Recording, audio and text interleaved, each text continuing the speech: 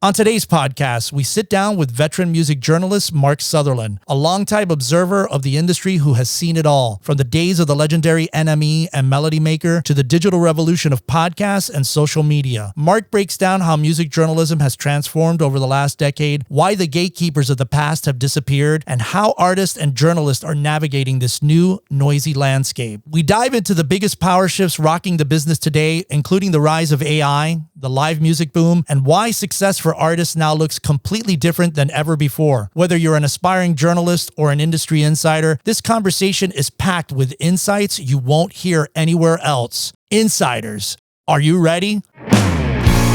Welcome to MUBUTV's Music Business Insider Podcast, where our mission is to educate, empower, and engage artists and music business professionals who are dedicated to having a successful career in the new music industry.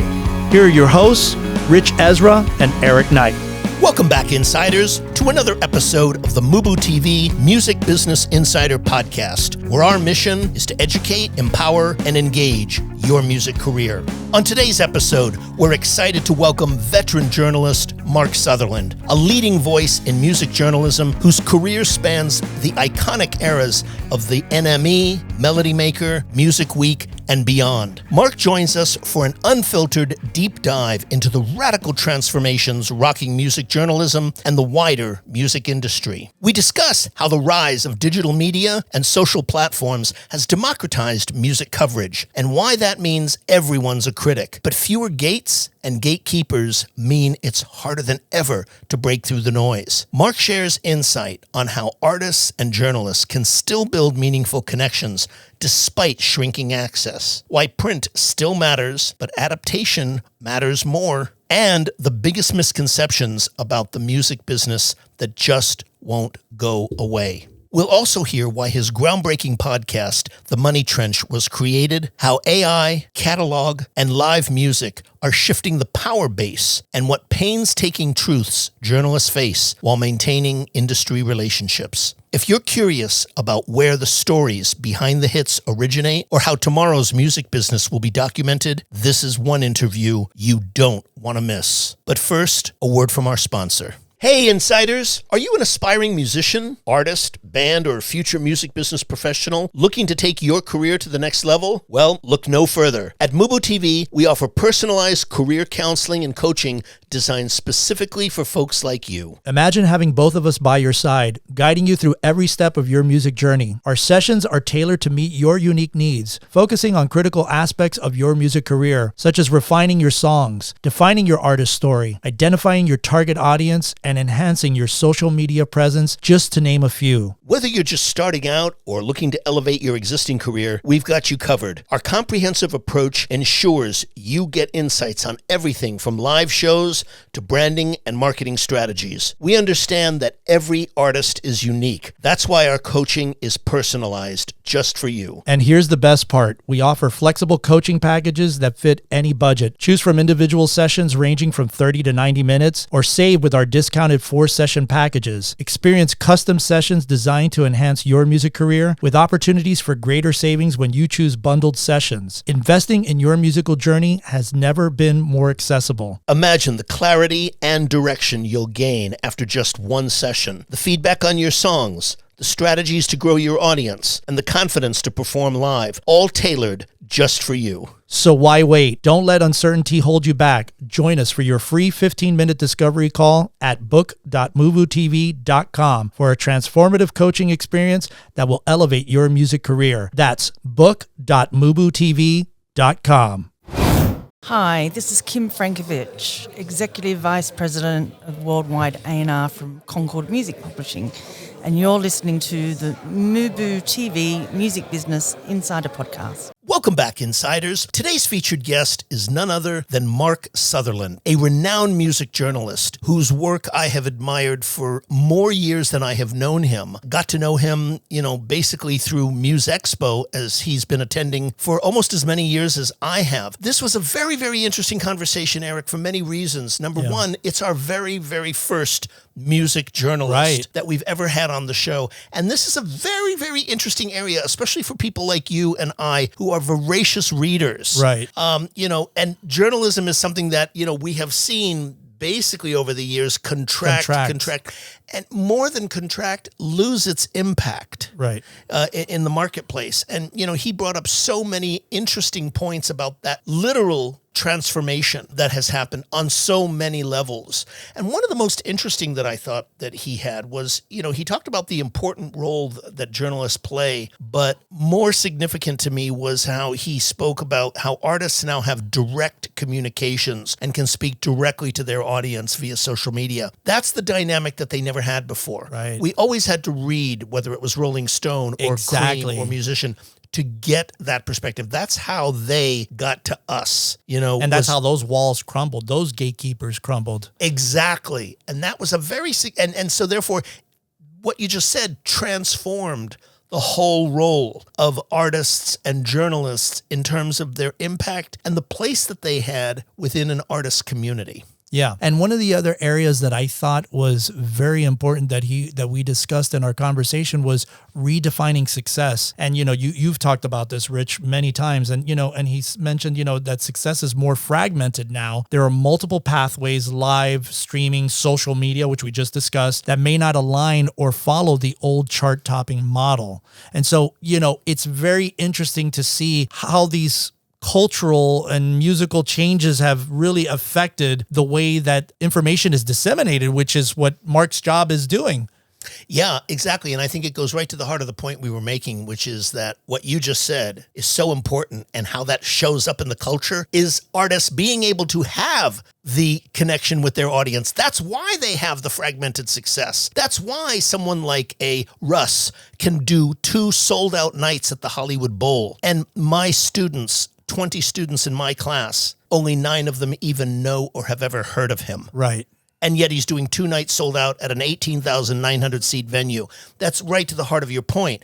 And that's the world that we live in today. So success is completely being redefined. It's not just those 3 of big hit records, big album sales, or big ticket sales. It's now something much more significant. Can you reach an audience? And are you reaching an audience? That's how defining success is today. Absolutely. And with that, insiders, sit back, relax, and enjoy our featured conversation live from Muse Expo 2025 with Mark Sutherland. Mark, welcome.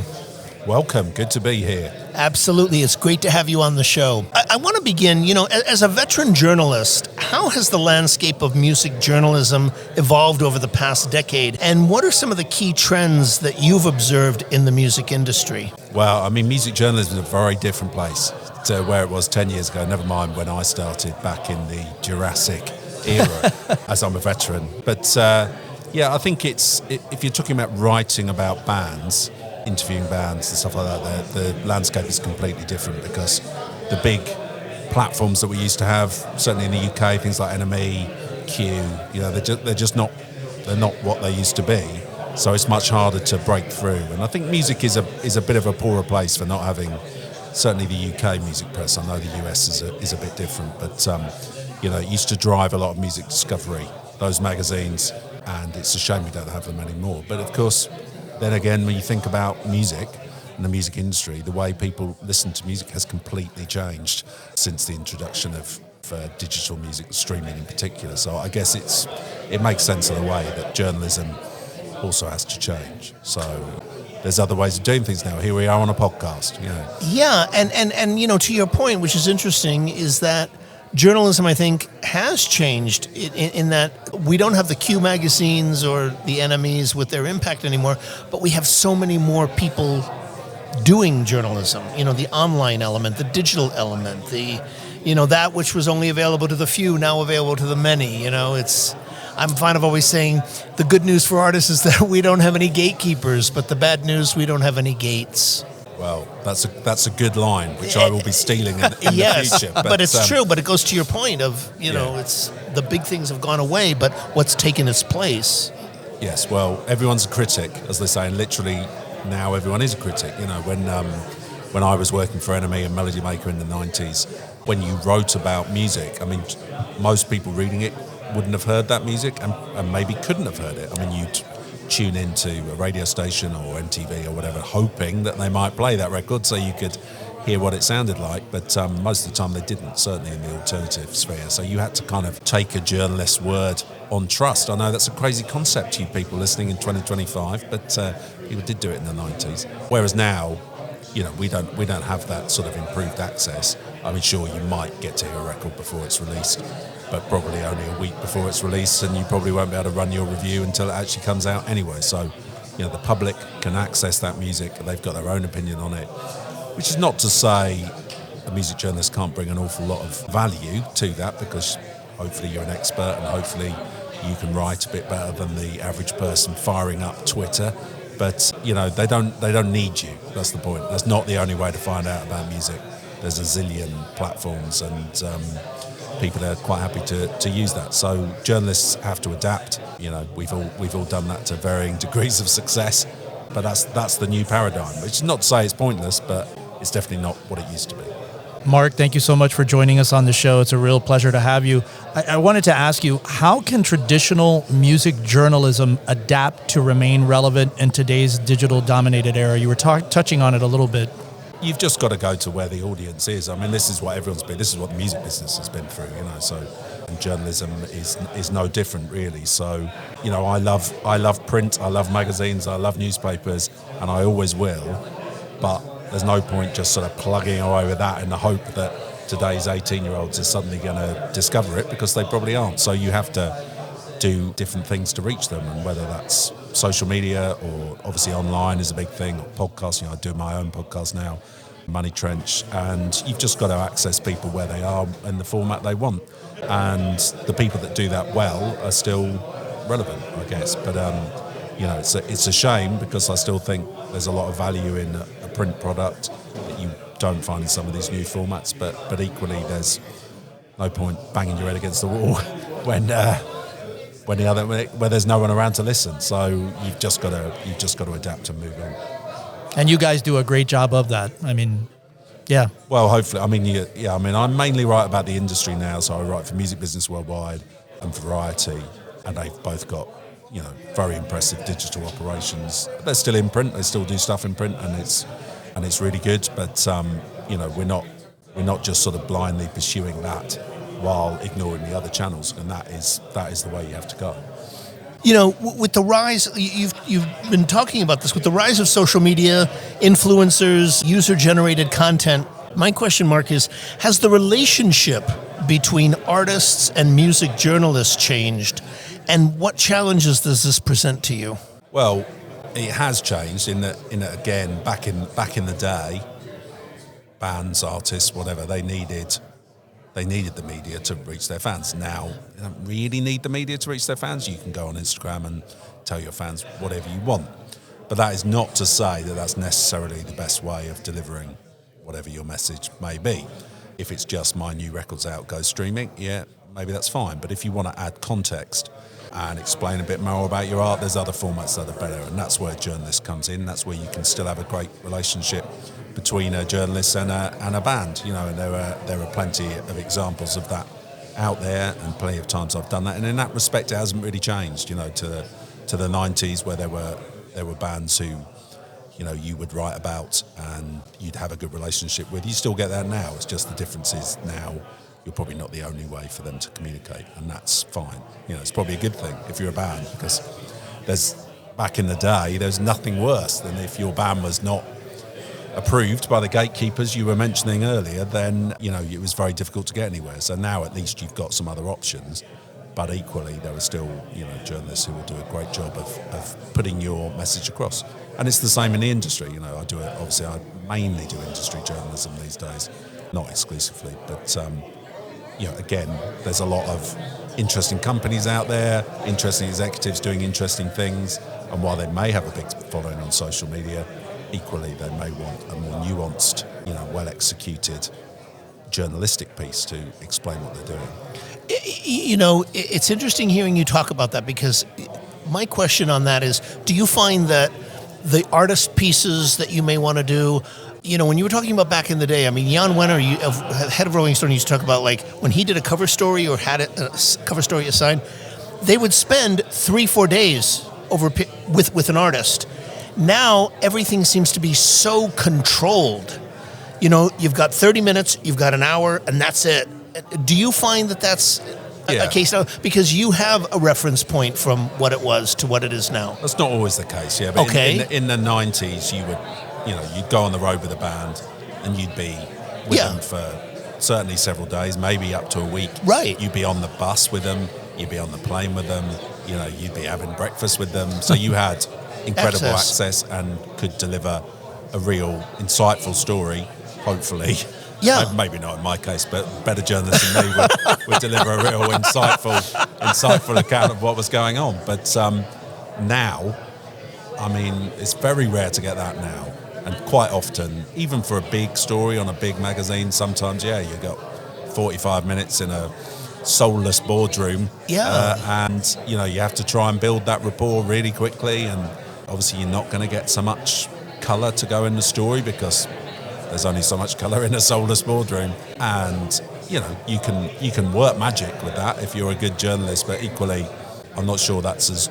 People think that's better for their artist. But I would say most of the time it actually isn't. Because unless your artist is, somebody that you need to keep under wraps and not talking to the press, then they will probably give a better account of themselves over a longer period of time with somebody that they've got to know at least a little bit than they will trotting out sort of pre-prepared answers in a boardroom. So the music industry too often doesn't see it that way, but that's what we have to try and get around as journalists, I guess. Mark, last year you and Mike Walsh launched a newsletter and podcast called The Money Trench, which dives into the week's biggest music business stories and the various executives within it. What was the inspiration for starting that? Well, we've been talking about it for a really long time, actually. It took us ages to get it together with one thing and another. But partly what we've just been talking about really is that, obviously I write for a lot of publications, but it felt like in the podcast world and like a lot of people, I got into podcasts during COVID when you had more time in your hands and, you wanted something a bit more intimate to listen to on your state-sanctioned walk around the park. So, but we felt in the music industry, obviously there's a lot of good podcasts, your one included. Oh, thank you so much. But we wanted one that sort of came from the UK and you knew what you were getting from it. So it came out every week at the same time, same length every time, had a format. Mike's a big radio guy, so he really knows how to work a format like that. And we just thought there's a lot of good people in the music industry who maybe don't have that kind of long form platform anymore to get their personality across and their ideas across. And it's just a good excuse to hang out and tell some music industry war stories, to be honest with you. So that's always fun. But that's where, this is the, I think, one of the great elements of, how history and so forth is going to be preserved, if you will, is through those kinds of stories. I think people will be studying these podcasts and, books and documentaries and stuff for years to come when the people have, gone and they're no longer with us. So it's a great document for that. We may not have the great 10-page interview in Rolling Stone anymore, but we have actually their words and conversation with you. So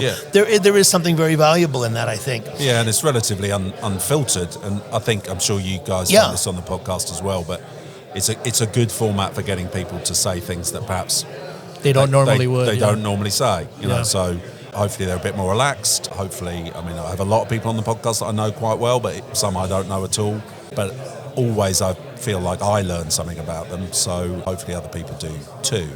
And often in the music industry, we don't look at that. We'll concentrate on the stats or how many hit records are they behind, and what's their profit margin or whatever.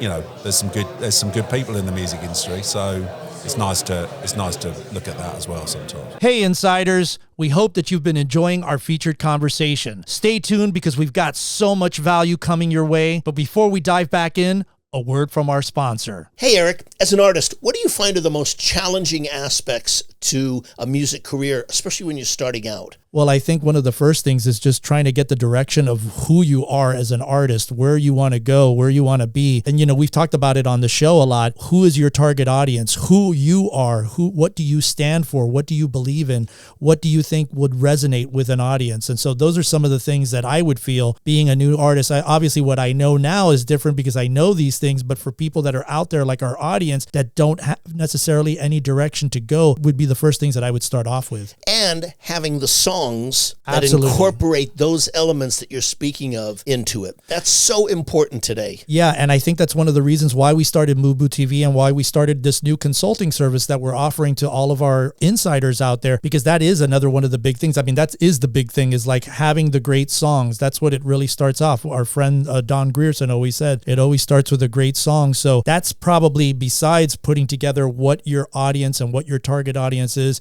the single most important thing. Where are your songs at currently today? Are you collaborating with people? Are you trying to go out to networking events where you can connect with other songwriters and stuff like that? So yeah, and what are your strengths? Exactly. Are you a strong lyric writer? Are you a strong melody writer? Are you a strong musician, a player? Right. And it's really important to get really strong clarity on those issues before proceeding. I totally agree, Rich. And, with our consulting services, we offer a myriad of different packages and we've made it super affordable for everybody. So, if you guys are interested out there in connecting with us on a coaching call, you can visit book.mubutv.com and start off with a free 15-minute discovery call. Well, yeah, absolutely. We start with an initial 15-minute call where we can get a sense of who you are, what are the issues that you specifically have, right, and want to work on. Exactly. And we can go from there. Absolutely. Yeah, and we tailor everything to your needs. It's not like a cookie cutter thing. We kind of really want to get to know who you are as an artist, where you at today, what's the snapshot of you as an artist today, and then start trying to craft something that's tailor-made for you. So again, if you're interested, visit us at book.mubutv.com for your 15-minute discovery call. Hi, this is Jennifer Smith, music supervisor at Rat Dance Party.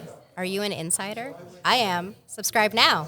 Absolutely. I mean, I would say probably most people that we've done since we've started this, we don't know. Right. Very few. I mean, we did Clive Davis last year. Now, I knew him because I worked with him. But you did Clive Davis. Yes. But just let me pick that name up off the floor that you dropped. But no, I use it as an example of just 99% of the people we don't know. Right. We don't know, literally, we don't. But it is true what Mark is pointing out, is that it's a great opportunity to go deep dive with somebody that you know, and you, like you said, they open up more, they tend to be more relaxed, and you get things that you wouldn't normally get. I mean, John Kalodner was a perfect example of that. We did a deep dive with him, 2 hours, and it's an incredible interview. I mean, I wasn't anticipating it. I hadn't seen John in like 20-something years and ran into him in the lobby of my dentist's office. Literally. Some of the best networking happens in dentists. Yes, and he was, oh my God, Rich. And I was like, and called him up and asked him. And then what Eric and I discovered when we got him, was he had not done an interview in 12 years. He had turned them all down because they all wanted dirt on bands and were negative and so forth. So, we had nothing but respect for him. So we did a whole A through Z of his career. And he ended up revealing a lot of things that we if you never really want to, if you know of John, you should listen to that interview. You'd love really deep dive. That sounds good. Don't make me talk for 2 hours, though. I'm not as interested as him. Well, let me ask you, the Money Trench takes a critical yet celebratory approach to dissecting the music industry. From your perspective, Mark, what are the biggest misconceptions about the business that persist today? The thing about the music industry, and part of the reason why I wanted to do the podcast, I guess, in the newsletter, is that a lot of people that cover the music industry hate the music industry. Right. Do you know what I mean? Yes. Or maybe they don't hate it, but they're very critical. They have issues with the music industry. Now, that's not to say I don't have issues with some of the specific things within the music industry, some of the crazy stuff the industry does. But I like the music industry. I think it's generally... Yes, as we do too. A force for good. The people in it are good.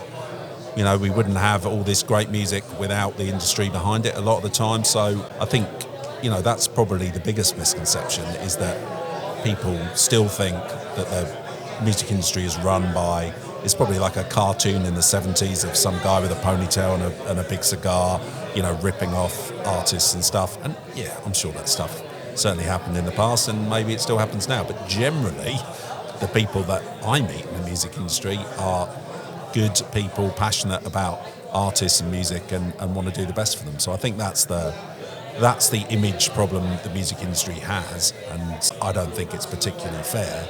And I don't suppose my podcast or even your podcast is going to change that perception totally. But you can put some stuff out there, and hopefully it helps people along the way, right?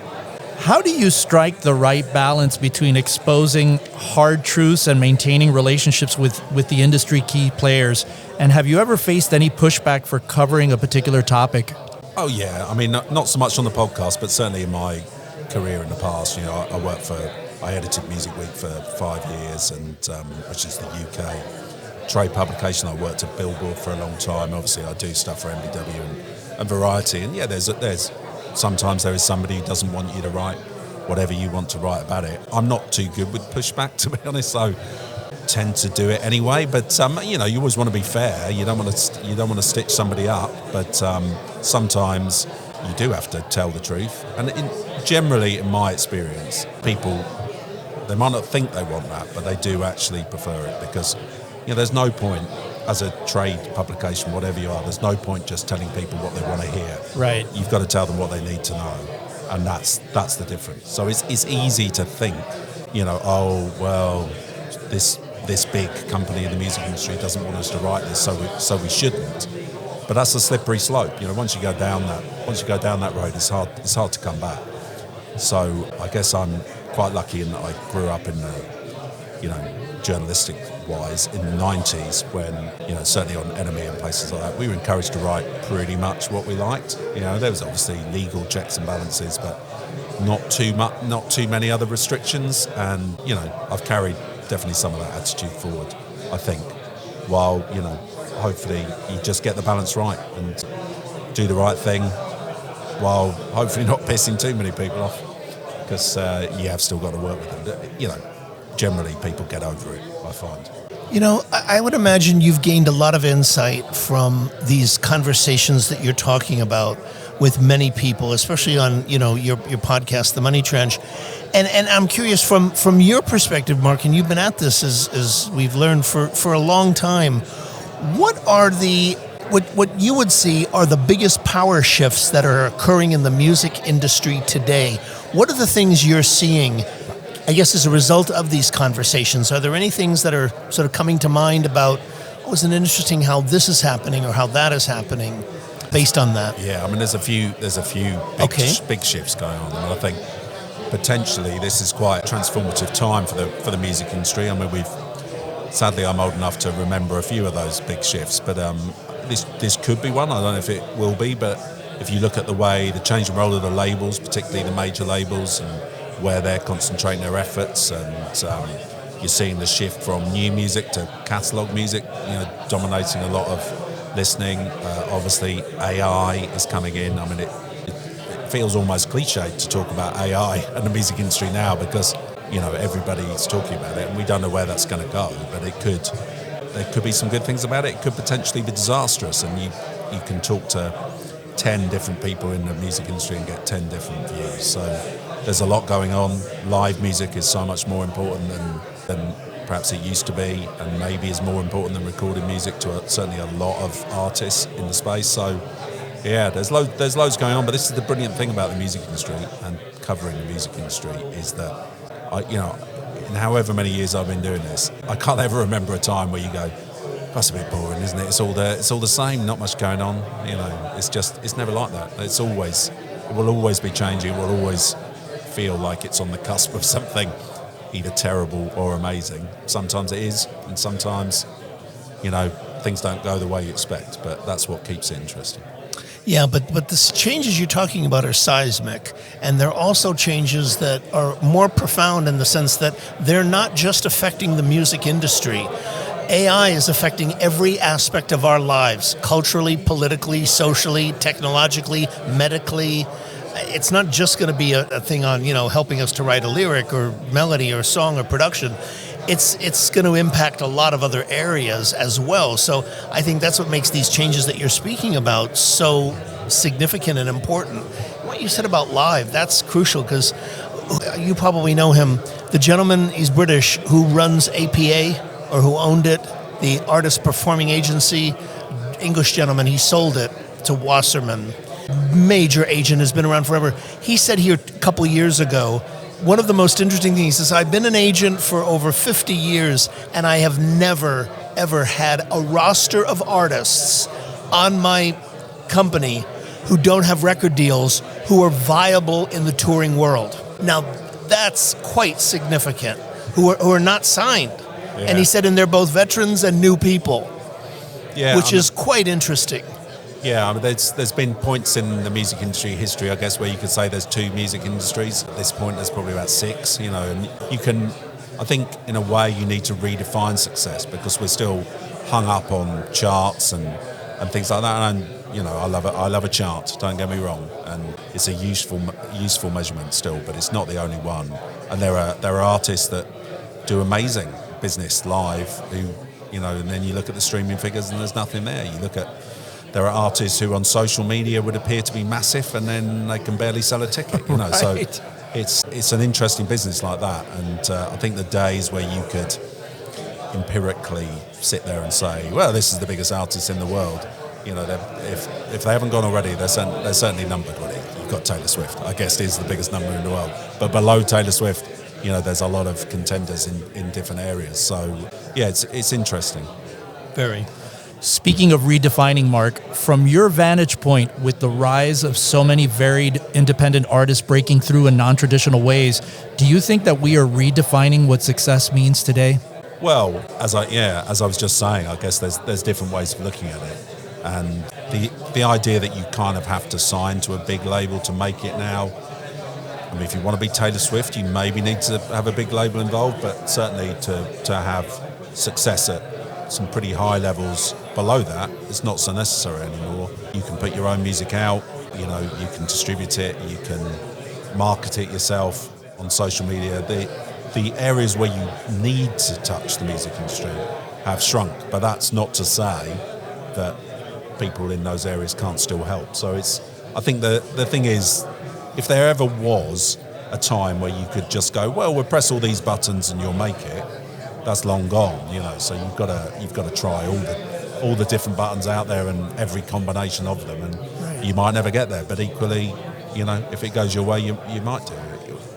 The people criticise TikTok, and I get that, but the beauty of TikTok is that anybody from anywhere, from any era, can just take off on it overnight, and suddenly you got a hit on your hands. Now these days that's only a tiny part of the process, and that's where the work starts. But we didn't have that back in the day. So if you're an artist, whether you've just started or whether you've been around for 20 years, that's probably nice to know. At least that's a possibility. Yeah. Absolutely. Let me ask you, from your perspective, Mark, are artists more educated about their career and the business aspects of their careers today than they were in previous eras, in your mind? Generally speaking, yes. Yeah. I mean, back in the day, you'd get the odd person who was all across the business side of things, but the default position was definitely not that. It was, well, I'll talk to my manager about that.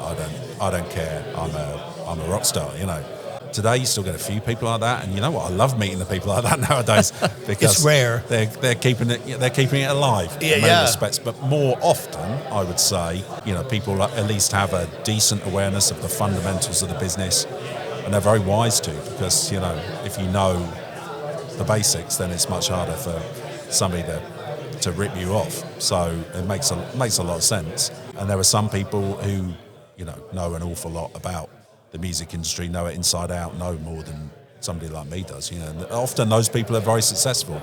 Taylor Swift, Ed Sheeran, people like that, they are across the business in a way that you would never have met anybody in the 90s who was playing music that would have known that stuff. But I think they learned that over time. Yeah. I mean, Taylor Swift has been in this for 17 years. But she's been very savvy from the beginning. Yeah. Very savvy. Very knowledgeable. And Ed Sheeran began his career, 10, 12 years ago? Yeah. So it's been... Yeah. But you've got to I guess you've got to be predisposed to it in a way. So, but I think any artist starting out now who doesn't at least get to grips with the basics would be doing themselves a disservice.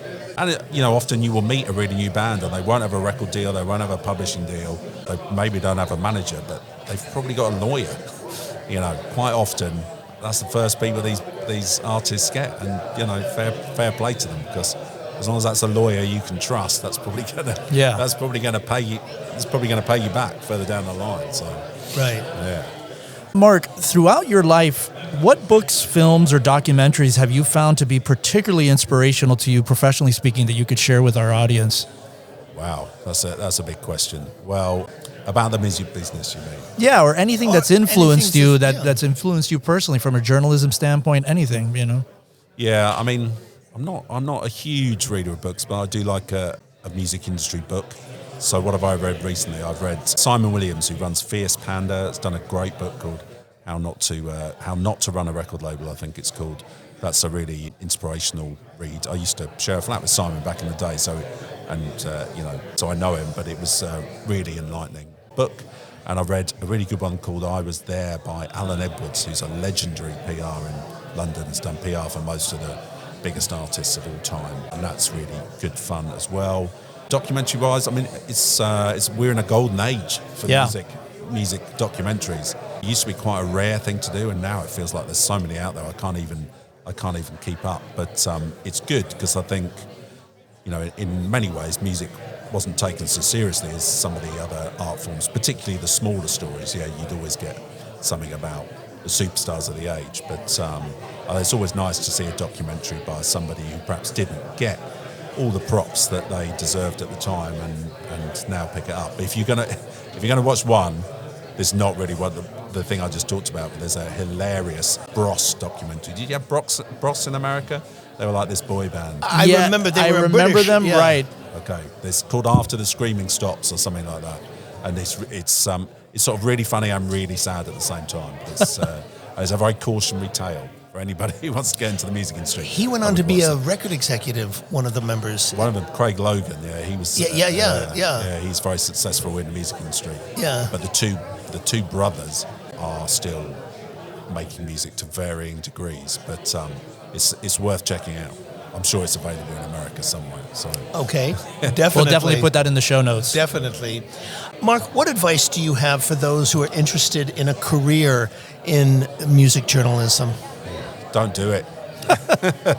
Don't do it. It's a terrible life. No, I'm joking. Okay. I mean, it's the thing I would say is that if you're going to do it nowadays, you've got to really commit to it. Do you know what I mean? You've got to really want to do it. Back when I started, it was a really hard gig to get into, in that there was no formal paths into it.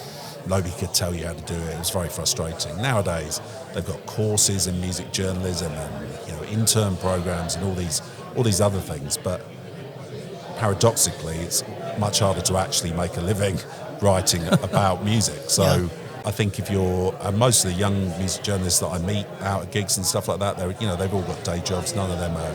I was very lucky once I got some work on the NME. That was pretty much what I did. So now that's not a luxury too many people have until much later in their career. So if you're going to do it, obviously it's fantastic life. You get to see loads of gigs, you get to hang out with rock stars, you get free beers, fewer free beers than you used to in my day, but you still get a few. So, but you've got to really think this is the life for me, and I'm going to commit to it.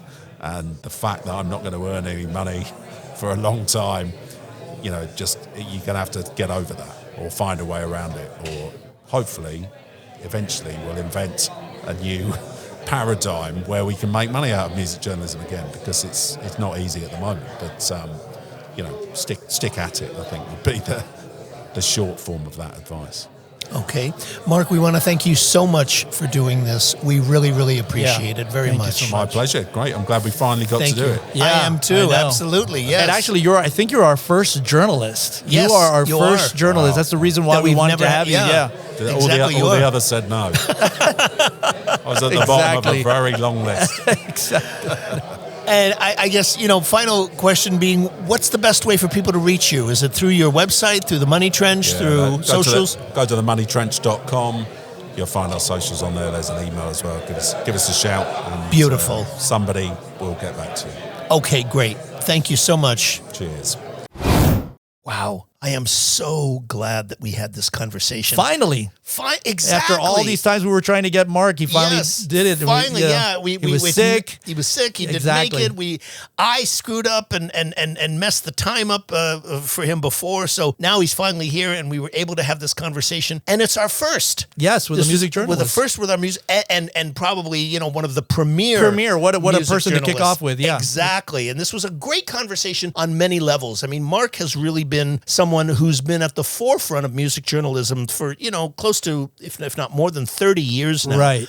In the UK, and really understanding the changing role of music journalism, because he's been on the forefront and on the front lines of it. And he talked about so many interesting things in this conversation. I mean, one of the biggest ones I thought for me that was the most interesting was when he spoke about industry power shifts. I think he said there's a few big shifts going on. The change in the role of the labels, the shift from new music to catalog music dominating. Obviously, he said AI is coming in. Live music is so much more important than perhaps it used to be. And there is, and that's a significant thing for our audience to hear. Live music, like, I hear this often that, artists don't want to perform, or they don't want to get into that aspect of like having to book shows, having to perform. Right. I think if that's your consciousness and that's your feeling of it, you're going to have a very, very, very limited career. Much more narrow. Much more narrow. And it's going to be very difficult for you to find an audience, because I think today, one of the distinctions in a world where music is free is how well can you build an audience? And it's like trying to have a relationship with someone who's never there. Right. And if you can connect with an artist live, and you know this, Eric, because you've spoken about it before, when you connect with an artist live, you will always be a fan of that artist. Yeah. They will always have a career the more they can do that. Even artists that don't have records, even artists that don't have hits anymore at all. And we see this from people that are, touring massively in arenas and stadiums, who haven't put out records or had hits in decades, but they still have a devoted audience. And him talking about that, I thought, was a very interesting observation about 2025. Also, one of the other areas, Rich, that I love that he discussed was on adapting to new platforms. And, and I quote from Mark, you've just got to go to where the audience is, whether that's social media or obviously online is a big thing, or a podcast. You just got to access people where they are and what format that they want. And I think that goes to the point of what you're mentioning, besides of what people are consuming media-wise, which I think he's discussing in this particular comment, but also you have to go to where your audience is, and that's finding out who your target audience is, what wheelhouse do you fall under, and where do you go and find that audience? Where are they congregating? Yeah, and we talk a lot about that in the whole artist element when you're building an audience. Those very factors that you just mentioned, like how social media is not a generic term. Right. Facebook is not Instagram. Instagram is not Twitter. It's all very distinct. And finding that audience is a very, very important element, especially today when we have infinite choice. It's absolutely crucial. Hey, Insiders. Thanks so much for tuning into this episode. We really appreciate it. To get show notes, links, and everything that was mentioned during this interview, head on over to our official website at MUBUTV.com/podcast/show notes. If you're enjoying the content and what we're doing here on the show, please subscribe to the podcast on Apple Podcasts, Spotify, or wherever you listen to podcasts from. And don't forget to rate and review our show at iTunes. 5-star reviews are always welcome and help to ensure that our podcast stands out on the top-rated and new and noteworthy charts on iTunes and our space. You can also find us at social media at Facebook, Instagram, TikTok, and Twitter X, all ending with the handle MUBUTV, which is spelled MUBUTV. Don't forget to catch our flagship show, the MUBUTV Music Business Insider video series, airing every week on YouTube at youtube.com/MUBUTV. This show was produced and created by Rich Ezra and Eric Knight. Theme music by Disciples of Babylon, and be sure to tune in next week for another episode of the MUBUTV Music Business Insider Podcast.